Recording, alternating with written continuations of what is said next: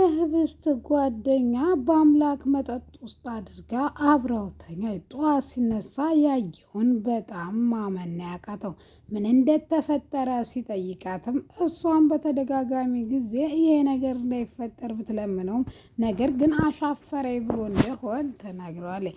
በአምላክ ይሄን ያየውንና ይሄ ይሆናል ብሎ በጣም ያልጠበቀው ነገር ደረሰበት። በጣም ደንግጧል። አሰላሙ አለይኩም ወራህመቱላሂ ወበረካቱ። ውድና የተከበራችሁ የቻናላችን ቤተሰቦች እንዴት አደራችሁ? እንዴት ዋላችሁ? ሁላችሁንም እንደ ሰዓት አቆጣጠራችሁ ሰላም ሰላም ብያለሁ። ዛሬ ይዤላችሁ የመጣሁት ህብስት ድራማን ክፍል 13 ነው። እነሆ እንድትከታተሉ ይጋበዝኳችሁ። ወዳችሁ ፈቅዳችሁ ስለምትከታተሉ ከልብ አመሰግናለሁ። ሀሳብ አስተያየት ካላችሁ ኮሜንት ሳጥን አስቀምጡ። አዲስ ከሆናችሁ ሰብስክራይብ በማድረግ ቤተሰብ እንዲሆኑ በአክብሮት እጠይቃለሁ። ህብስት እንደተለመደው በጣም ቅጥቅጥ ስላደረገቻት እንጀራ እናቷ በአብነት ሲደርስላት ከዚህ ቤት እባክህ አስወጣኝ በማለት በአምላክንም ሳይጠይቅ ከዛ ተቤት አፋፍሶ ወደ ቤቱ ይወስዳታል። ወደ ቤቱ እንደወሰዳትም በአምላክ ከልጅቷ ጋር አቶ አለሙ ሲጨባበስ ስላገኘ እሷንም ድጋሜ ልትከዳት ነው በማለት ደግሞ በጣም ተናዶ ስለነበረ ህብስት የት ናት ብሎ ታፈሱን ሲጠይቃት ታፈሱም እንዳላየቻት ተነግረዋለች። ወይም ጓደኛው ይዟት ሄዷን መሰለኝ በማለት ትመልስለታለች። ቀኑም ቅዳሜ ስለሆነ ትምህርት ቤት ስለሌለ እቤት እንድትውል ተደርጋ ስለነበረ ነገር ግን በዚህ በፍጥነት እንዴት ይዟት እንደሄደ ለአብነት ራሱ አብነት በጣም ጥያቄ የሆነበት ለአብነት ቶሎ ስልኩን አውጥቶ ይደውልለታል። እሱም በቂ ምክንያት ለምን እንደወሰድካት በቂ ምክንያት እንዳለህ ተስፋ አደርጋለሁ በማለት ትዕግስቱ ስልኩን ተዘጋ በኋላ ከኋላው ዞር ሲል ሄርሜላ ጓደኛዋ ነበረች። እሷንም እጇን ይዞ ምን እያደረግሽ እንደሆነ እኔ አላቅም፣ ነገር ግን ህብስትን አንድ ነገር የሚጎዳ ነገር አደርጋለሁ ብለሽ ታሰብሽ የህይወትሽ የመጨረሻ የሚሆነው እኔው ራሴ ነኝ እስትንፋስሽን ጸጥ የማደርግልሽ በማለት በአምላክ ይጠይቃታል። እሷም አሁን ጓደኛዋ ጤንነቷ ስላሳሰባት አሁን ወደ እሷ ጋር መሄድ እንደምትፈልግ ስትጠይቀውም እኔ አብረሽኝ እንድትሄጂ አልፈልግም፣ በቃ ዝም በይ ብሎ ተከትላው ግን ተኋላዋ እየሄደች አብነት ጋር ይደርሳሉ። አብነትም ቤት እንደደረሱ አንድ ጥያቄ እንዳትጠይቂያት እንዳታወሪያት፣ ስለዚህ አድበሽ ቁጭ በይ፣ እኔና አብነት ውጭ ላይ አውርተን እንመጣለን በማለት በሩን ዘግቶባቸው በር ላይ ይወጣሉ። የሆነውን ነገር እንዴት እንደሆነና እንድታስረዳኝ እፈልጋለሁ ሲልም እሱም ወደ ክፍሏ አቶ አለሙ ለድርጅቱ አንዳንድ ነገር ለማስፈረምና መግባባት አንተና እሷ አለባችሁ ስላለኝ ወደ ክፍሏ አቀናሁ። ከዛም እህትህ እየደበደበቻት እያለቀሰች ነበር። ነገሩን እንዳላየ ሆኜ ለመመለስ ሞክርም፣ ነገር ግን እንድገባ አስገደደችኝ። ምንም ማድረግ ስላልቻልኩም ገብቼ ትንሽ ካረጋጋኋት በኋላ ከዛ ተቤት ይዘህ ይውጣ ስትል ይዣት መጣሁ። ይሄ ነው ታሪኩ። ነገር ግን አንተ የምታስበው ነገር ሌላ ነው። እሱ ነገር ደግሞ እንደማይሆን ግልጽ ነው። ስለዚህ እባክህ ለሁሉም ነገር ስሜታዊ እንድትሆን አይደለም፣ ተረጋግተህ መፍትሄ እንድትፈልግበት ነው።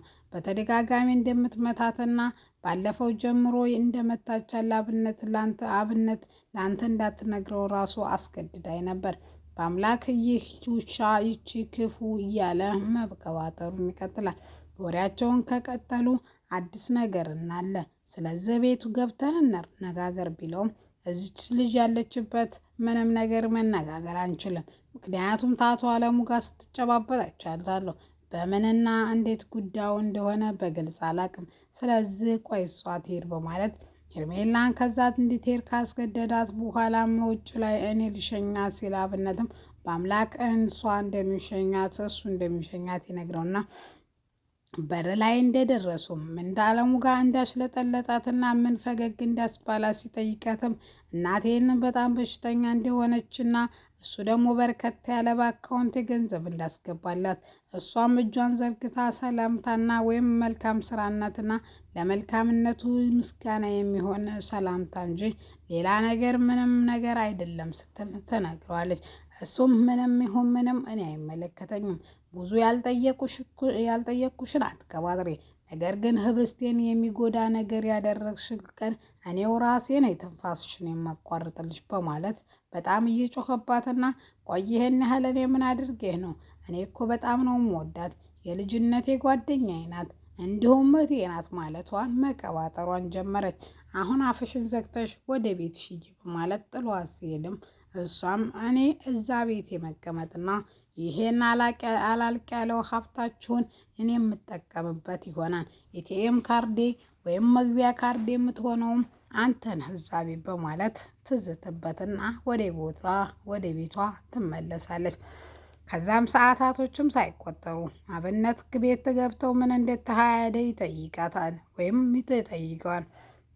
ድርጅቱን ለጨረታ አቅርበው እንደሚሸጡትና በዛም በሌላ ሰው ስም ራሳቸው ገዝተው ትንሽ ከቆየ በኋላ ወደ ራሳቸው እንደሚያዞሩት ይነግረዋል።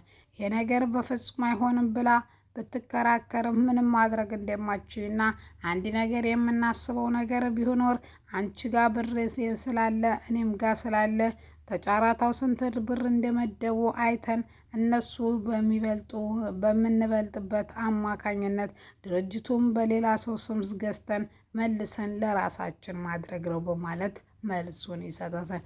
ለማንኛውም አብነት አቶ አለሙ ቶሎ አዘጋጅልኝ ዶክሜንቱን ስላለ እኔ ላዘጋጅ፣ ለማንኛውም ፈገግ በይ ብሎ ትንሽ ፈገግ ካስደረጋት በኋላ አብነት በቃ አንቺ ወደ ቤት ሂጂ፣ ወረቀቱን አዘጋጅቼ እኔ ደግሞ ወደ ቤት በኋላ እንገናኛለን ስላትም ነገር ግን አንድ ነገር ልጠይቅሽ፣ ስለ ጓደኛሽ ምን ትይኛለሽ ስላትም ጓደኛዋ በጣም ጥሩ ልጅ እንደሆነችና ከልጅነት እስካሁን አሪፍ ጊዜ እንዳሳለፉና እንዲሁም መልካም ልብና ንጹሕ ሴት እንደሆነ ትነግረዋለች።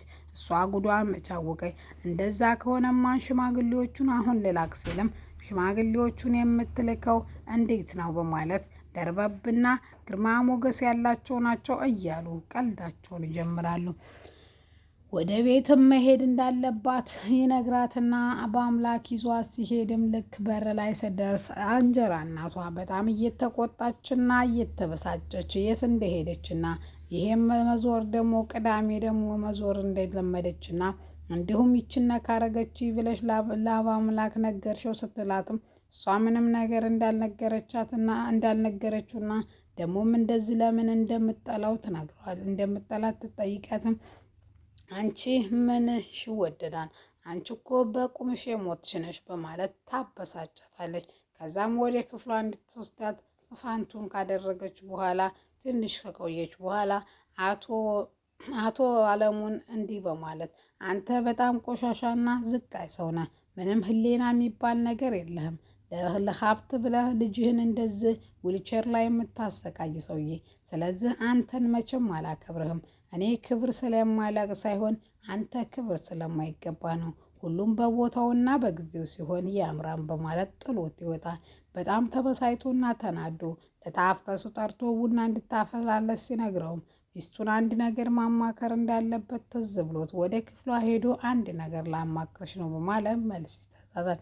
እሱም ምንድን ነው ብላ ስትጠይቀውም 5 ሚሊዮን ብር እንደሚያስፈልገውና አንዱን ድርጅት ለጨረታ አቅርበን እኛ ራሳችን ገዝተን በእጅ አዙር ከዛም ወደ ስማችን ወደና ወደ አንቺ ስም እናዞራለን በማለት መልስ ይሰጣታል። እሷም እሺ፣ ነገር ግን አንድ ስህተት ሙሉ አልታገስም በማለት ሁሉም ነገር 100% እርግጠኛ የሆነው ጨረታው ላይ ድርጅቱን ተተሸነፍን ግን ትልቅ ኪሳራ እንደሚደርስባቸው ብትነግረውም እኔ ጨረታ ላይ የማቀርባቸው ሰዎች ምንም ብር የሌላቸውና ከ2 ሚሊዮንና ከ3 ሚሊዮን የማይበልጡ ናቸው። ስለዚህ እኛ ደግሞ በ5 ሚሊዮን እናሸንፋለን በማለት እርግጠኛ ሆኖ ይነግራታል። ነገር ግን ህብስት እንደተሳተፈችበትና በሌላ ሰው ስም ደግሞ የ20 ሚሊዮን ብር እንዳዘጋጀች ማንም ሰው አያውቅም ነበረ። ትንሽም ከቆዩ በኋላም መጠጥ መጠጣት እንደፈለገችና አየር መቀየር እንደፈለገች ትነግረዋለች። እሱም ወደ መጠጥ ቤት ወስዷትም ትንሽ ከተዝናኑ በኋላ ነገር ግን ከዚህ ሰዓት ተቆየች ጥሩ አይደለም ብሎ ተሰናብቷት ወደ ክፍሉ አስገብቷት ወደ ቦታው ወደ መጠጥ ተሻገረ። ጓደኛዋን ለምን እንደማትሄድና ሴት ላይ ከዚህ የበለጠ ማምሸት እንደሌለባትና ደግሞም ታማሚ እናት ቤት እንዳለቻት ቢነግራትም እሷ ግን አሻፈሬ ብላ ታመሻለች። ትንሽም እንደቆየ ሽንት ቤት ሲሄድም መድኃኒት ትጨምርበትና ራሱን እንደሳተላት አብራው ታድራለች።